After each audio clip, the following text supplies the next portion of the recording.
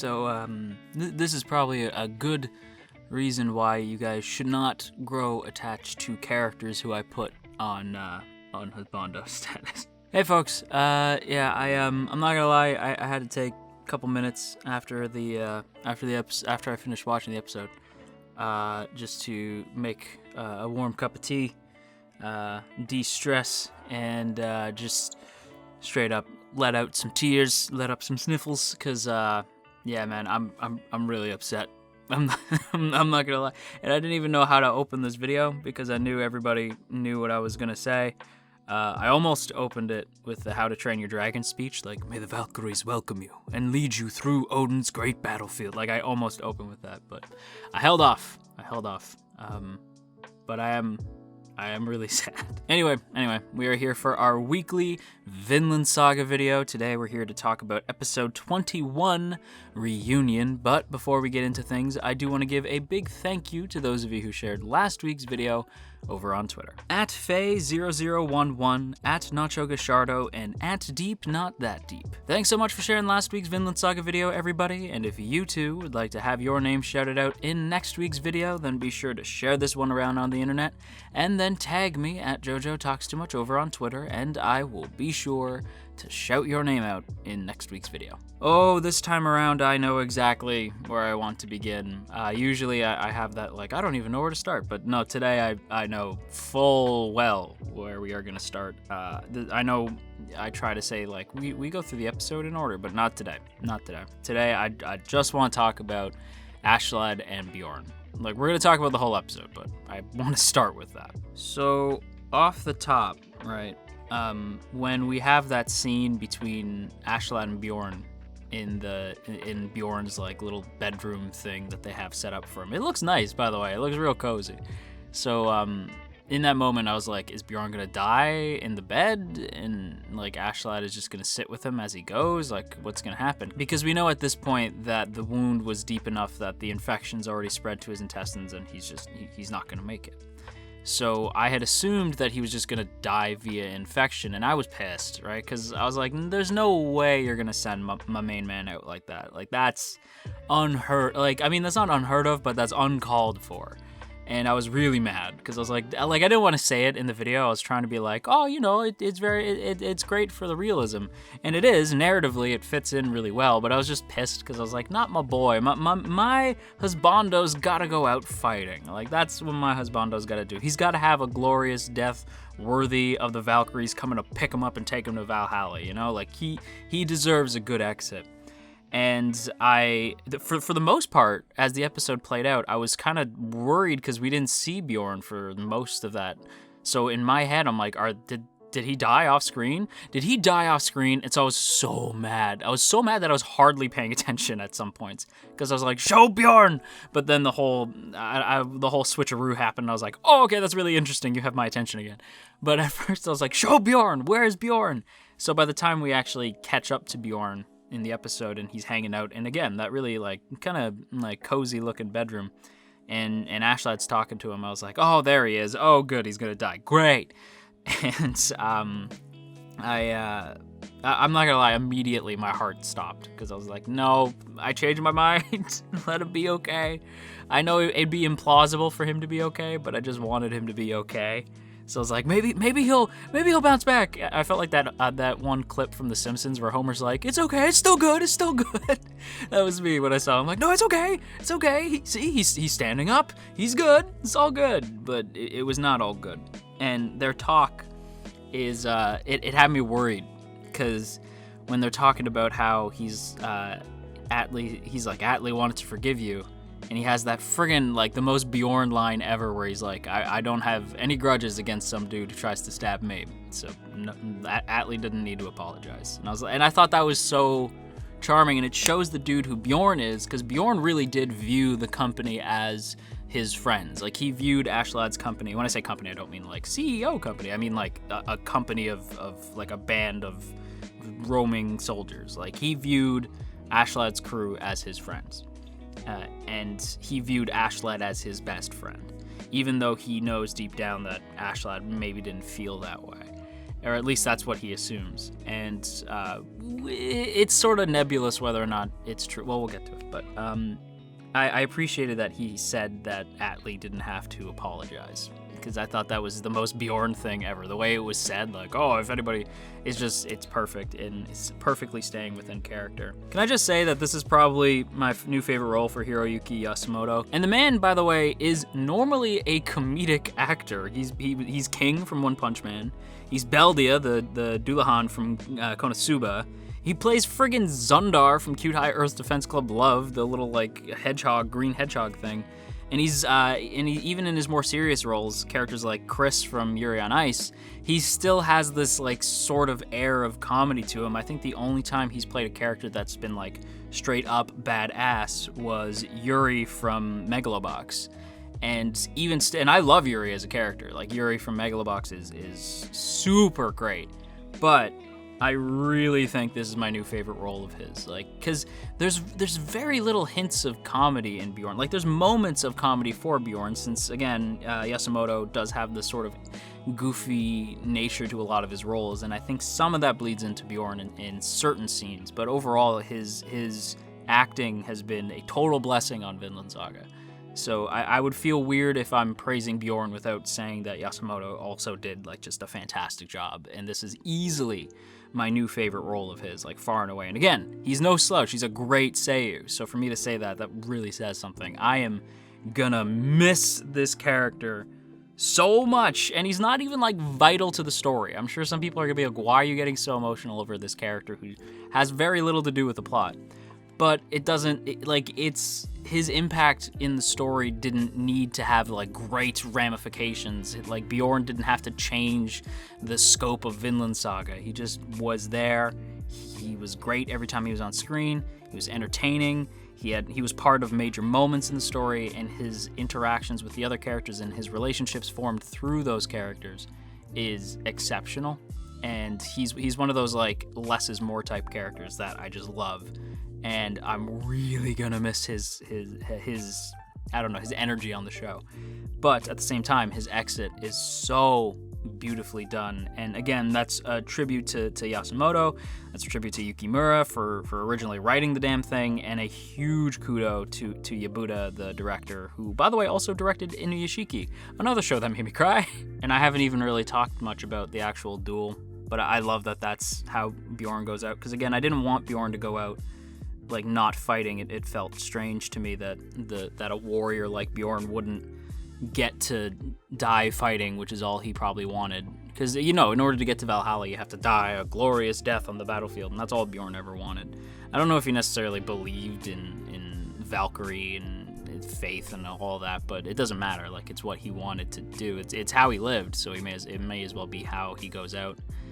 And the fact that it's Ashlad of all characters too, I think that's really important. And their last words to each other are powerful stuff. Like when he asks, like when they have the standoff and he asks Ashlad, like, "Hey, aren't you lonely? Like, I know you hated us, and I still think you're just the best. Like, I idolize you, and I really look up to you, even though I know you hate me. Doesn't that get lonely?" And like that broke my heart.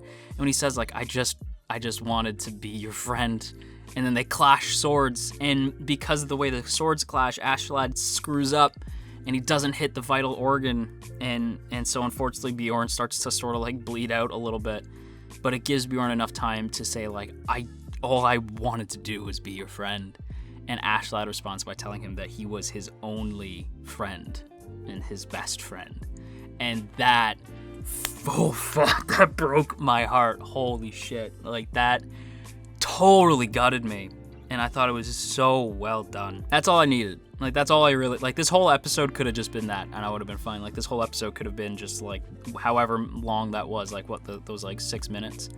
Like, just see, like, the instant you see Bjorn stumbling into Thorfinn and Ashlad's, like, duel, and when he says, like, "Sorry, kid, it'll just be a couple minutes," I knew, I'm like, oh, okay, this is it. And I still wasn't prepared. The emotion in the scene, the music by Yamada, and of course it's Yamada. It's if you don't know who Yutaka Yamada is, That's the genius behind the Tokyo Ghoul soundtrack, aka How to Make Somebody Cry through audio alone. So between the acting, the directing, and the music, of course this scene was gonna kill me. And it did. I'm so lost now. Like, I don't even know how I'm supposed to talk about anything else that happened in the episode. And it's not like this episode was quiet either. A mountain of stuff happens, but the only thing on my mind right now is Bjorn, because I just loved that character to pieces. And he had probably one of the best exits I've seen all year. And keep in mind, that's a year that has Attack on Titan in it. So, you know, stiff competition. Why is it always my husbandos? Why can't it be somebody else's husbandos, huh? Like, why can't it be somebody else's favorite character? Why is it always my favorite characters? Ugh. I guess we should probably segue out of this and talk about the rest of the episode, huh? Because again, it's not like this episode doesn't have anything else going on. A lot happens. Like, you have the reintroduction of Leif. You have the reunion between Leif and Thorfinn. You got Ashlad's big web of lies. The unbelievable. The man is a straight up spider in a lot of ways. Like the web that he weaves over this town.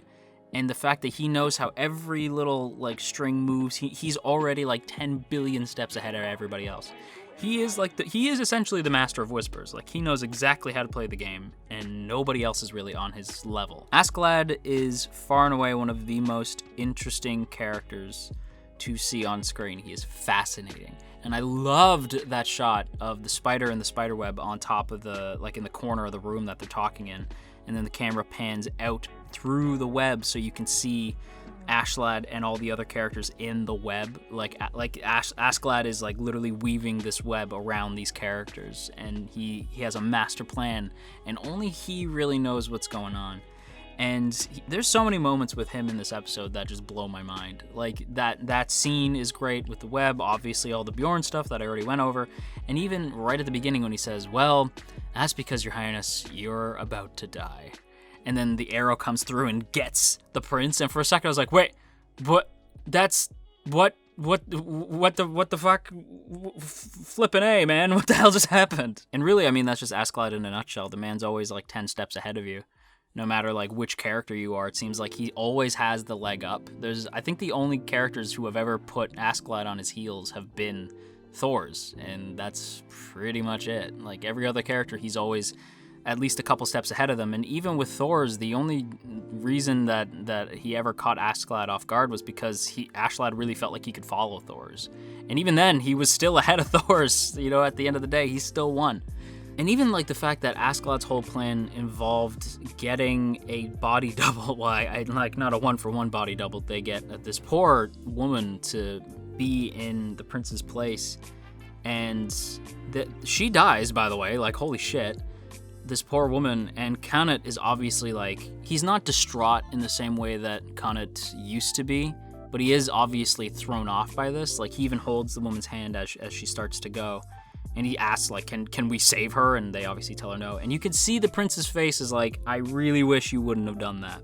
And you are never allowed to pull this body double switcheroo shit with me again. Because, like, Kanat doesn't want death on his hands, you know? Like, he doesn't want blood on his hands. That's not his goal. He'll do it if he has to.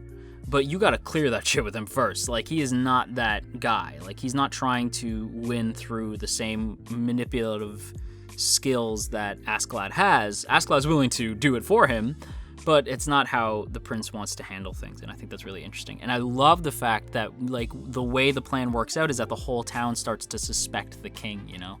And I think that's brilliant, because even then, like, when they start, like, whispering about him, I was like, really? Like, that was easy. And then when you think about it, like, of course these commoners would think that, and rightfully so. That's basically what the king is trying to do. So they're not dumb. Like, the people in this kingdom are not stupid. They know what's going on.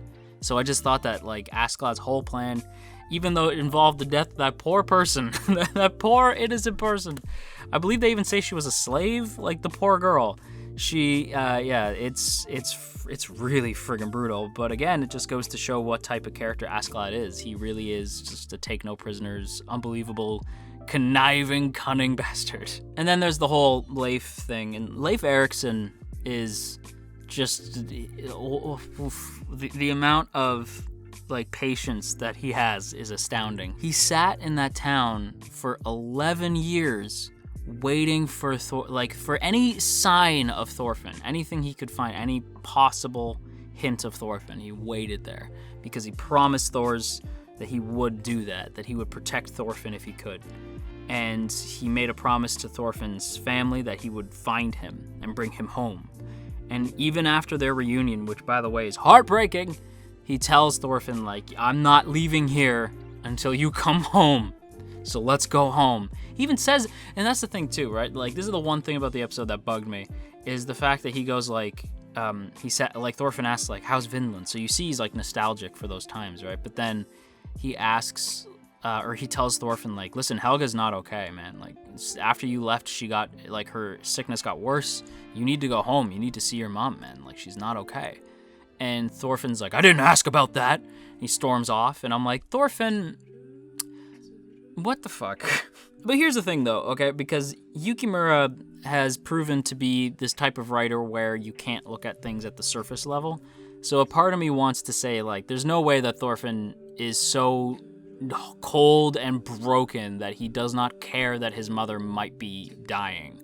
I think he's obviously still torn up when he thinks about his mom and his sister, but he's trying not to.